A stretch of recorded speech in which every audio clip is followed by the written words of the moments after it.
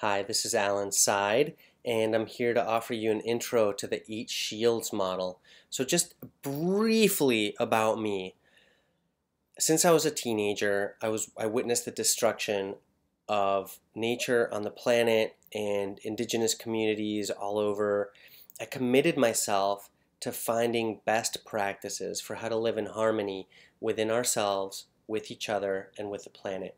I've spent nearly 30 years and have researched many tools, processes, and methodologies that are pretty much deep life hacks, meaning that they are transformational and high caliber social change tools.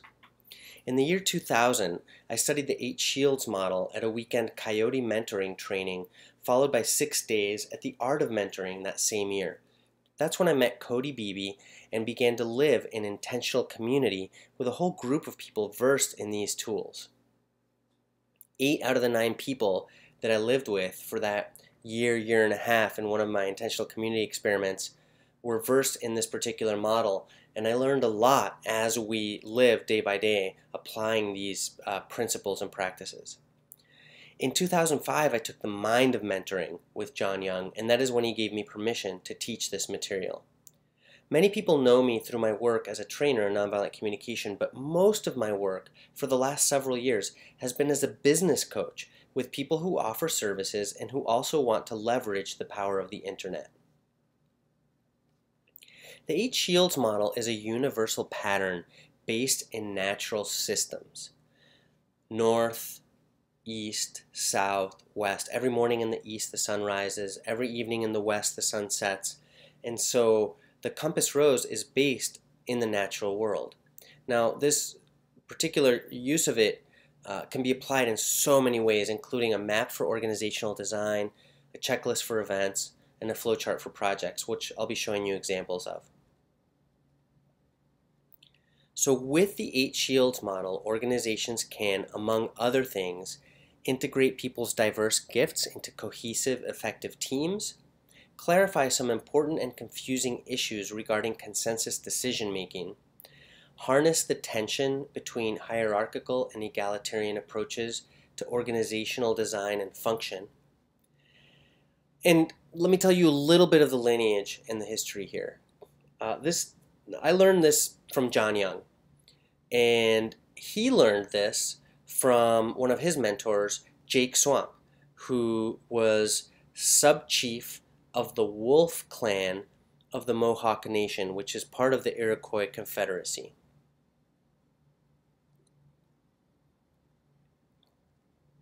So organizations, institutions, and projects, we can eventually take all the functions, tasks, and roles and divide them up or distribute them according to the 8 Shields model, and I'll be showing you examples of that as well. In this presentation, we'll be going over the cycle of a day, the cycle of a year, life cycle of a person, the energies of the directions, the archetypal energies, how to use it as a checklist for an event, a flowchart for projects, to look at the flow of a meeting or a checklist for a meeting, and we'll also look at the shadow side of each of the directions, also known as the propensity or the hazard of each direction.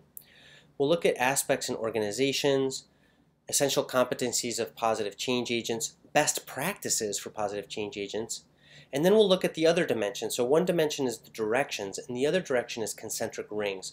The other dimension is concentric rings. We'll look at purpose, function, threshold of commitment, and then we'll look at the concentric circles and the directions put together in an integrated way. When I do this workshop live, I like to take 6 hours, but I will try to do this slideshow in as little time as I can because I know people like things a little bit more brief online, and also we don't have the interactive capabilities that we would in a live workshop. So let's jump right in. Let's look at how to apply this to look at the cycle of a day. Well, I mentioned that every day in the east, the sun rises. So we have pre-dawn twilight in the northeast, 3 to 4 a.m. Sun rises in the east, mid-morning in the southeast, and we got midday in the south, mid-afternoon, also known as siesta time in the southwest. And just by the way, siesta time really is the time that does coordinate, synchronizes with people's circadian rhythms. It's when your body is wanting to rest. mid-afternoon, and some cultures still preserve that tradition. Sunset in the west, nighttime in the northwest, and then up to midnight. So let's look at the cycle of a year. In the east would be spring, the spring equinox. So in the northeast we have the February cross quarter. In the south we have the summer solstice. In the west we have autumn equinox. In the north we have winter solstice. So we have the two equinoxes and the two solstices, and then we have the four cross quarters. And you can look up online how many spiritual traditions and communities have their particular celebrations at each of these 8 points. It's really astounding. From Christianity to some of the pagan traditions to religions all over the world. You see these 8 points really standing out. Let's look at the life cycle of a person. So in the northeast would be conception. In the east is birth. So in the southeast is childhood, when you're bursting with energy, and then you enter your adolescence and go to young adulthood. Now in the west is when you're a full adult, able to share your gifts with others, also known as being of service. And then in the northwest is when you go through this deeply transformative time. Some people talk about a midlife crisis. In some traditions it's called the dark night of the soul. But that's what you go through before you become an elder. Now this is not talking merely about being a chronological elder. It's also a developmental elder, like your inner Zen master. So being developed in your own wisdom, not necessarily just number of years. And then from the elder we go back to the northeast to death, and conception happens in northeast again. So everything kind of starts and ends in the northeast. So let's look at some of the archetypal energies of the directions, because once you understand the energies themselves, then you can understand roles and functions in pretty much any context. So the northeast has that sense of 3 or 4 in the morning when the veil is thinner. It's when in a lot of traditions people get up to do their meditation practice or their yoga practice. So it has that flavor of like the mystery, the unknown, spirit, God, spiritual practice. In the east we have that sunrise energy, inspiration, new beginnings, welcoming, inclusion. Organizations, that's usually where marketing fits, is in the east.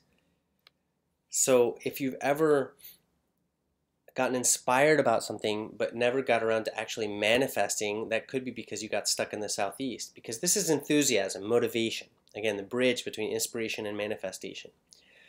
This is where you have excitement and playfulness, and an important place to hold awareness of future generations.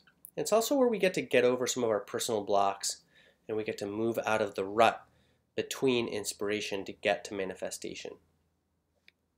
In the south we have focus, attention to detail, hard work. This is where we're manifesting, and there's an attention to timelines, schedules, logistics. That's that attention to detail in the south. Money would be in the south, for example. In the southwest, if the northeast is above, the southwest is below. It's connection with the earth, downtime, beautification, full completion of projects and tasks. This is physical nourishment and nurturance.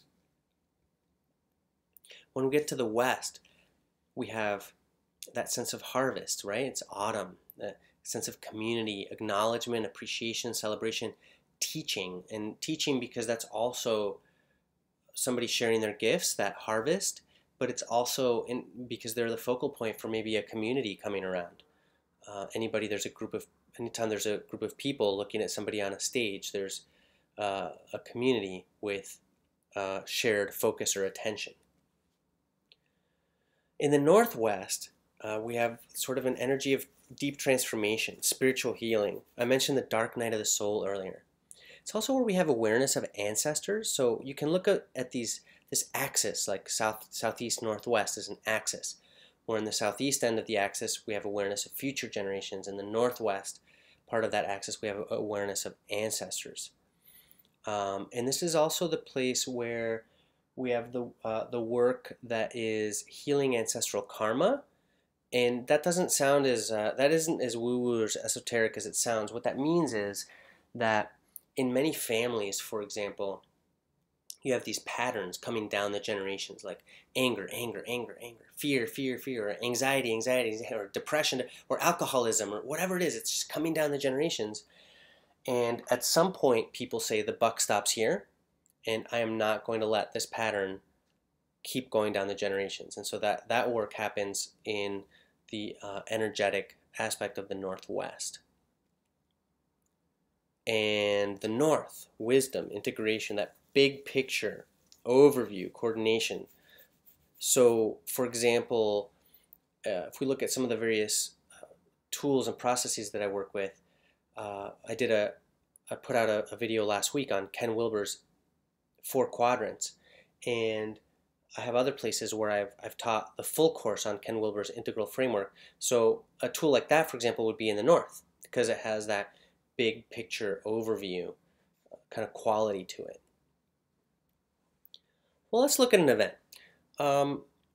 So the closest city I live to is Bellingham, Washington, and we had a local network years ago where we ran workshops in nonviolent communication, and we used this model as a checklist for our events. So our person or people in the Northeast would do an energetic opening and closing.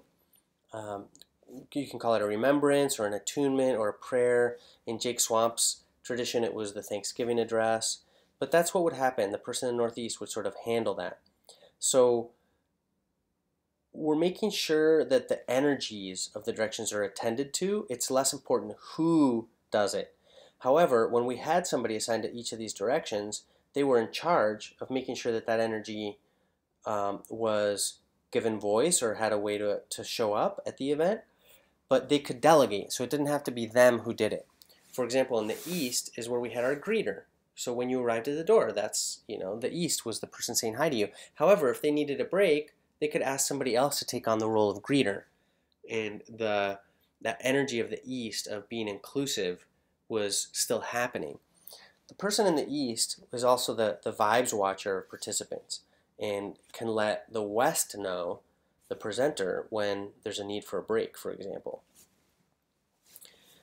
In the Southeast, we have play and games. There might be a motivational component. In some events, you might even have coaching.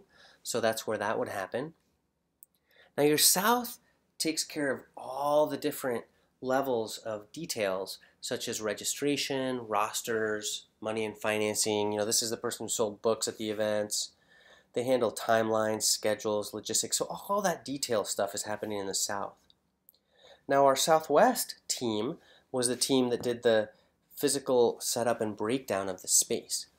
They also handled beautification, like bringing in some flowers, and they handled snacks, food, refreshments, that kind of thing. Different in different events, but the people in the Southwest were the ones who were really in charge of that. In the West is where we had the teacher typically at these events, but it has that energy of coming together and community activities, acknowledgments and thank yous. And the MC function, Master of Ceremony, is something that falls along that East-West axis. So really, either the East or the West could do the MCing, but the trainer typically was in the West. So you can see how you can take different functions and tasks and think of them as hangers, and you can look at the directions and think of them as closet rods and basically hang things in different directions. And there's an aspect of being a little playful with this, like don't hold on to it too tightly or take it too seriously. As long as things land somewhere, you can always move them later. So again, going back to the event, in the Northwest, I have been at events and held events where we had an empathy team, so empathizer of the day or people who were helping others sort of condole their grief. And we also have a vibes watcher for the team in this direction. So again, here are the axes working together. Anyway, vibes watcher of the team, deeper psychotherapeutic and spiritual healing work would happen in the Northwest as well. And in the North is the coordinator, the overview person, the buck stops here person, who's also a troubleshooter and a resource for the team. So when an event came for us, if the North was kind of kicking back, that means they did their job. So a couple days before the event, they would call everybody, say, East, do you have what you need? South, do you have what you need? West, do you have what you need? And they would make sure everybody had what they needed. And when the event came, hopefully everything just ran really smoothly. We also created a document for our team that went direction by direction with a summary of the energetics of that direction, followed by specific tasks before a meeting, during a meeting, and after a meeting. And also before an event, during an event, and after an event for each direction. So East, this is what you're doing before a meeting, during a meeting, after a meeting, before an event, during an event, after an event. Southeast, this is what you're doing. South, this is what you're paying attention to. So like that. Let's look at a flowchart for projects. An idea comes from somewhere. You get inspired. And in the Southeast, you get motivated and you get off your duff so that you can actually focus and manifest. In the Southwest, you relax and take care of yourself. You remember to take downtime and take time for self-care. In the West, you celebrate your achievement with your community, you offer acknowledgments. In the Northwest, you go inside and release your attachment to your control of everything. And in the North, you get to reflect on the overview of the process you went through and integrate your experience before the next idea comes from somewhere. Let's look at meetings. So I've used this both as a checklist of things I just wanted to remember to bring to a meeting, not necessarily in a linear order. And I've also used this as an actual flow where we started the day in the Northeast and then East and then Southeast and just went through and attended to the energies of the directions in a chronological fashion. So in the Northeast, we remember what is our larger spiritual context. And in the East, we remember to allow space for announcements, and we are inclusive with our words and actions. In the Southeast, we get enthused, get energetic, there's playfulness. We remember to bring levity to our work. And in the South, we keep things on track and on time.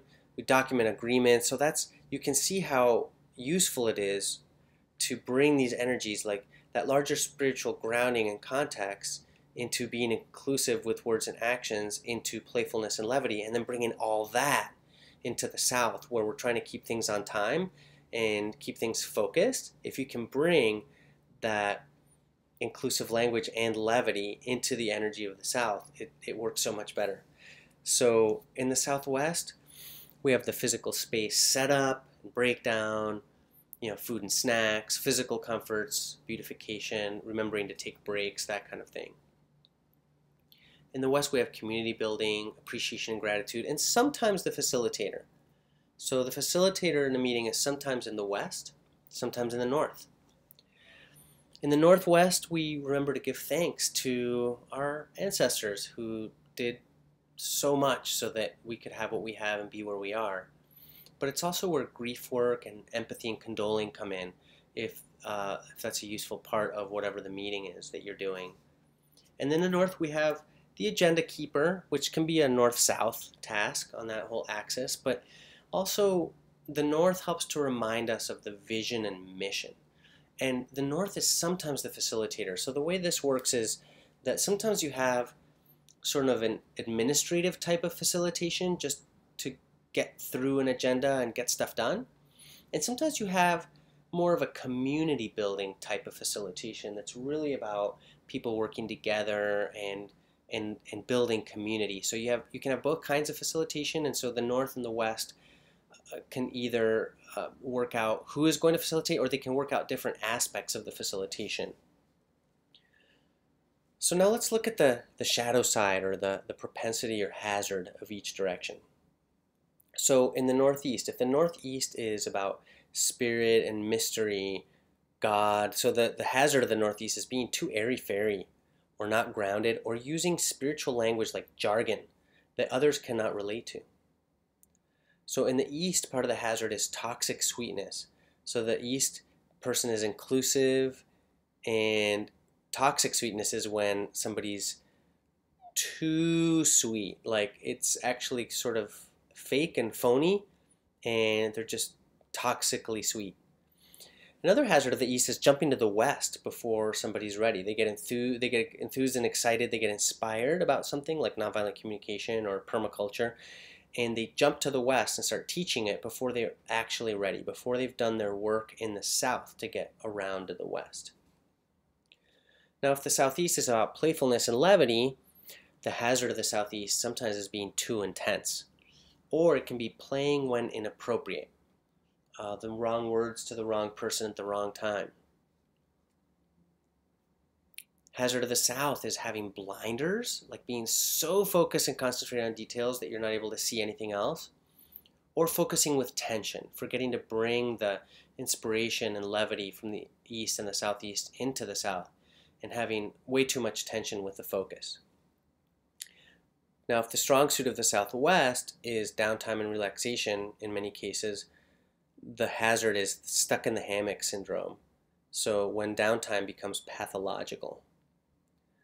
One of the hazards of the West is inflated self-importance and ego trip, especially if you happen to be the presenter or the teacher in the West. It's easy to start thinking that it's about you and not about what you're teaching or what your audience is trying to achieve or solve. So the 8 Shields model with the wonderful Alan Seid. So all about Alan, and I forget about the content because it's all about me, me, me. Hazard in the West. If the Northwest is about that deep transformative healing in the dark night of the soul, one of the things that can happen in the Northwest is becoming paralyzed in that despair and hopelessness. Now the North, because the North has such an overview, one of the hazards of the North is trying to do everything instead of delegating and micromanaging the people in the various directions. And it's really a propensity. It can easily suck you in if you're in the North to try to control everything. And it takes somebody who's been there a lot to be able to continually let go and let other people be in charge of their particular direction. So let's look at aspects of an organization. This is a partial list, but again, in the Northeast, larger spiritual context, awareness of mystery, spirit, energetic opening and closing.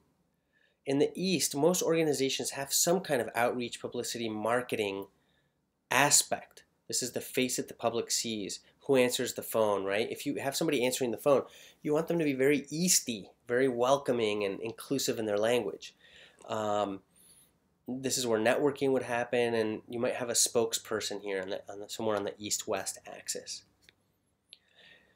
In the Southeast, overcoming personal blocks, personal coaching. I was just hired, for example, by an organization to do some coaching for someone in that organization. This is where we can bring motivational speakers or other ways to motivate and excite our people in our organization and to bring that energy into their work in the South. And again, aligning with the needs of future generations. The future of business is business that's doing good not just for their financial bottom line, but also for people on the planet. In the South, all the administrative details, bookkeeping, accounting, legal compliance, meeting scheduling, documenting agreements. Strategic planning can be a north-south axis sort of function. But again, schedules, logistics, timelines, timeliness, this all happens in the South. In the Southwest, very important, physical space setup and breakdown, making sure the computers are working, making sure there's water in the water cooler, right? These are essential things that are easy to take for granted, but just making sure that the physical space is taken care of helps the work all around. Refreshments and food, beautification, and remembering to create downtime, rest, relaxation, breaks. And there's a really important quality in the Southwest of leaving things better than you found them.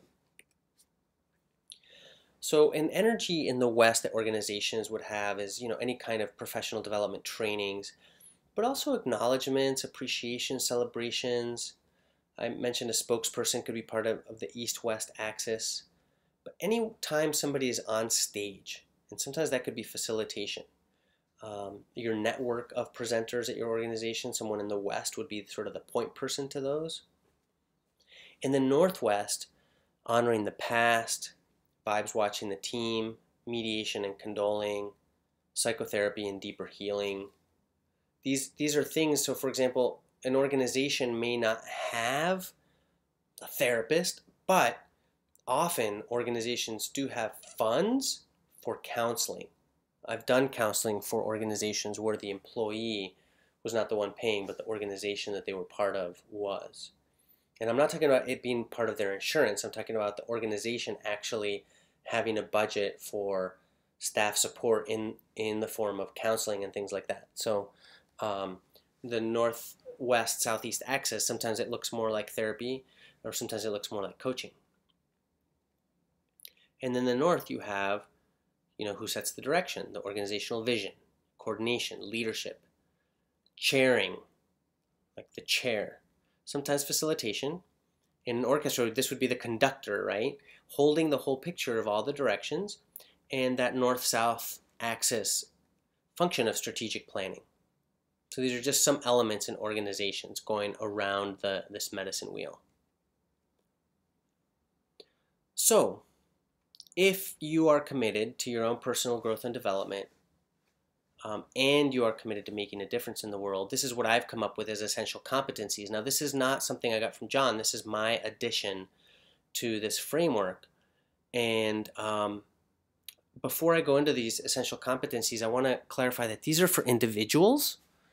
And on the planet right now, even though individual transformation is necessary, it's not sufficient. We must also transform systems and structures. So one of the things you could ask yourself in each of these is, well, what would happen if everybody did this? However, we do have other tools that are more specifically for transforming systems and structures. So in the Northeast, you would have your personal practice, right? Like spiritual cross-training, an integrated personal practice. In the East, this is where I want you to develop exceptional personal and professional relationships and have some basic skills for conflict prevention and resolution. Nothing kills a project like having a team who just totally hate each other. Having a team of people who are not getting along and who don't even enjoy showing up because the relationships suck. So that kills it. So really important to have these skills. In the Southeast, I want you to, as a positive change agent, be able to create your ideal lifestyle. And so I want you to overcome whatever personal blocks you have around that and to develop some confidence around visioning and manifesting, because you will be envisioning things that never existed and you get to ask why not. And we have some great tools in Cascadia workshops, the organization I run, for visioning and manifesting. In the South, this is where you get to create a relationship with money that's clear, empowered, and non-stressful. And this is where you get to work on positive impact, right livelihood. So right livelihood that also has massive ripple effects for making a difference in the world. In the Southwest, this is where we develop a first name basis relationship with nature. And I want you to know how to surround yourself with the things you need in terms of the beautification and the food, but also increase your abundance and resiliency. Now notice that on this particular slide, the West has an O. That's from the translation into Spanish, which is oeste. And I'm not sure how that made it onto the slide, but we're just going to keep going. So in the West, we have effective and efficient teamwork and group process. Really important. And you can see how, again, the East-West axis is working together there. And how to create and sustain community, which is one of the cutting edges for our species in evolutionary terms. Now in the Northwest, I want you to do your grief work. Free up your energy and create more space for creativity and joy. So many of us, most of us perhaps, are walking around with unresolved grief. It gets in the way of enjoying each other, of seeing the beauty around us, and of allowing our heart to feel more lighthearted and to access creativity and joy. So grief work is super important. We shy away from it because it's uncomfortable, but it's a very human thing to do, and it's absolutely essential. In the Northwest is also where we get to heal ancestral karma and do some deeper spiritual healing. And in the North, what I'd want you to have as an essential competency is the most functional and empowering conceptual map, like a right understanding. So a conceptual map that allows you to see how all the various things in the universe fit together so that you're starting to see patterns before even other people see them and are able to exert influence and leverage in key areas strategically in a way that other people aren't even seeing, because you have this conceptual map that you can see things through that allows you to highlight these various areas. And Ken Wilber's integral framework is one of those. We'll see that on the next slide. So understanding how things fit together, how to work strategically and in alignment with a higher purpose. Okay. Best practices for the positive change agent. In the Northeast, we have integral life practice, which can be a whole video into itself, how to have a life practice that doesn't succumb to the spiritual salad bar. The spiritual salad bar is when you're going, it's like when you're going down a salad bar and you're like, I'll take a little bit of this, I'll take a little bit of that, I'll take a little Tai Chi, I'll take a little yoga, and I'll take a little Vipassana, and I'll take a little, maybe I'll go on a run now and then. And how do you know if it's truly integrated? So in an integrated life practice, we're actually looking at what's the most effective kind of cross-training where things leverage each other and synergize with each other. Now, one of the best practices I've found for creating exceptional personal and professional relationships is Marshall Rosenberg's process, nonviolent communication, which he named nonviolent communication because he wanted to align himself with Gandhi's movement of truth-telling and compassion. In the Southeast, we have things like laughter yoga, group games and initiatives, a lot of different coaching practices, and there's a whole toolbox for visioning and manifesting. In the South, we have the financial integrity work that's detailed in the book called Your Money or Your Life, in which I also have taught online under the name Black Belt Money Skills. As I'm recording this, we're actually 1/3 of the way into a 6-month live class on the financial integrity work. And also right livelihood practices. I mentioned in the introduction to this that I primarily work as a business coach, and this is where that falls in the South of the 8 Shields model. How to be really smart with money and how to do business well. In the Southwest, we have nature awareness and wilderness skills, as well as permaculture design. In the West, there's everything from Toastmasters to help you get comfortable getting in front of a group. There's dynamic facilitation as one of many facilitation methodologies that I've studied and know about and use. There's something called the ZEGG Forum, which allows people to work things out in relation to somebody else or in relation to their community while being witnessed and supported by the community itself. It's a really fantastic practice. And we have other practices like holacracy, which if democracy is ruled by the people and plutocracy is ruled by rich people, holacracy is governance by the evolutionary purpose itself of an organization. It's a fascinating organizational practice and definitely one of my favorites. In the Northwest, we have different types of depth psychology, family constellations work, and we have Joanna Macy's grief and empowerment work. Also known as the work that reconnects. Really, really important work. If you've never checked out Joanna Macy, she's really foundational. And in the North, we have integral theory, the primary theorist of which has been Ken Wilber. Moving to the next dimension. So we talked about the directions. Now we'll talk about the concentric circles. This is the other dimension of this model. And let me explain this. The blue star in the center is the vision, mission, and purpose of an organization. The solid lines are different levels of participation. And the dotted lines are thresholds of commitment. I'll explain what all this means. So what level of participation means, it's the level of how committed people are, or how invested, or how much stake people have in the organization, or how liable they are, or how responsible they are, and also represents different levels of access to decision making. So I'll give you a concrete example. So in ZEGG, I mentioned the ZEGG forum earlier. ZEGG is an intentional community in Germany, and ZEGG is an acronym that stands for Center for Experimental Cultural Design. And you have a level there, the center level of participation are the dreamers. So these are the founders, the people who've been there from the beginning. And then you have dancers and nomads. So they have 3 levels of participation: dreamers, dancers, and nomads. Let's give you another example. This is an intentional community near me that's been around for about 30 years called River Farm.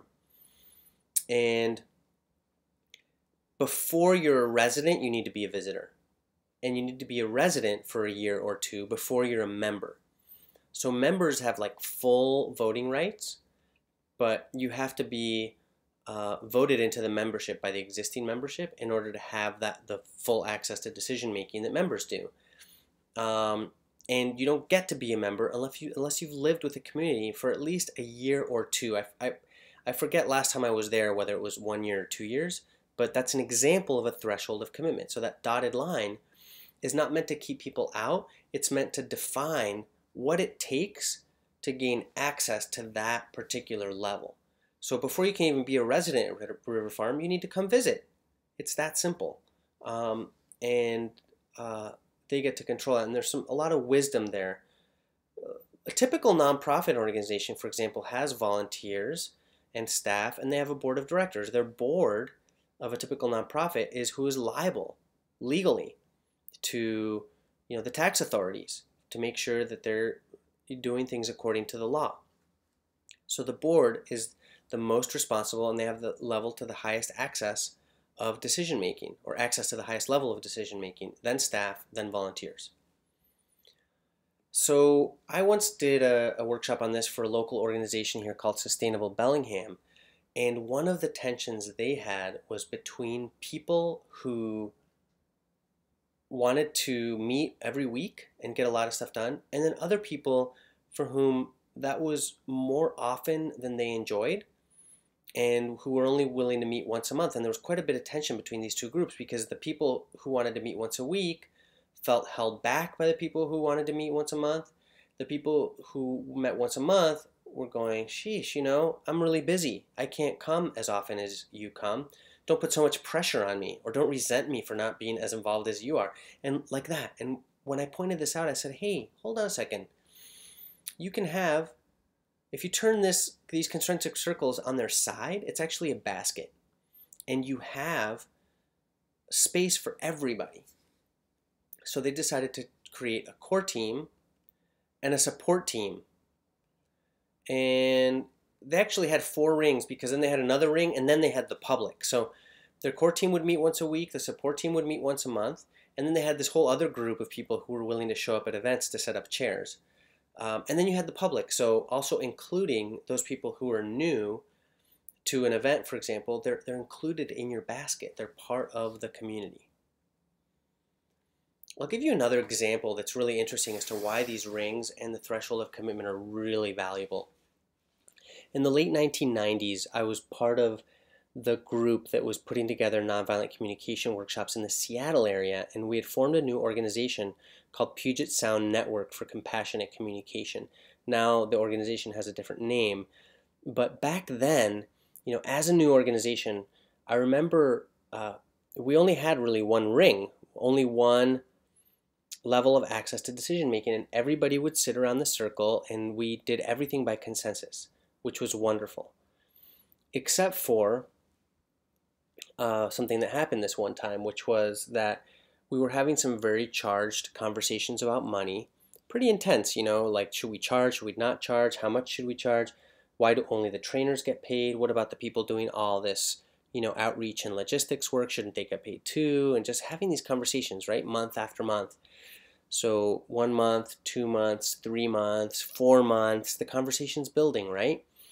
Then somebody showed up that almost none of us knew, and we were such kind-hearted, liberal, nice people that, come in, brother, come in, sister, you have a a place at our table, right? You have a place in the circle. So this person came in off the street and we gave them equal access to consensus.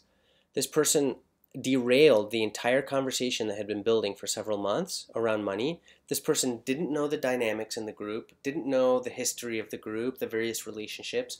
They came in, they blocked consensus, derailed the conversation, and then they never showed up again. Is that fair? Is that fair to a group that's working so hard to build consensus that somebody who hasn't been involved, hasn't known the work or the relationships, shows up, gets to block consensus and derail the conversation, and then never show up again? It's not very fair. So the threshold of commitment lets you know, look, if you want to be part of the circle that makes these decisions, all you have to do is blank. Show up for so many meetings, or, each group gets to define the threshold of commitment between each of the levels of participation. So that's what happens when you only have one circle and everything is by consensus, is that it actually doesn't work so well. So in many cases. I'll give you another example of this, which is my friend Tony, who lives at Dancing Rabbit Eco Village. I was doing a training on the 8 Shields model for the FIC board, the Fellowship for Intentional Community. I was at one of their board retreats. The year was 2005. I did a workshop on this for them, and Tony said, "Oh, I get it. I live in a co-op house at Dancing Rabbit, and some of the people can decide what color to paint the room, and other people can decide whether or not to sell the house. So in the center ring, closest to the vision, mission, and purpose, people can decide whether or not to sell the house. The next ring out, people could decide what color to paint the room." So now when you put it all together, there's the vision, mission, and purpose, and you get the directions overlaid on that.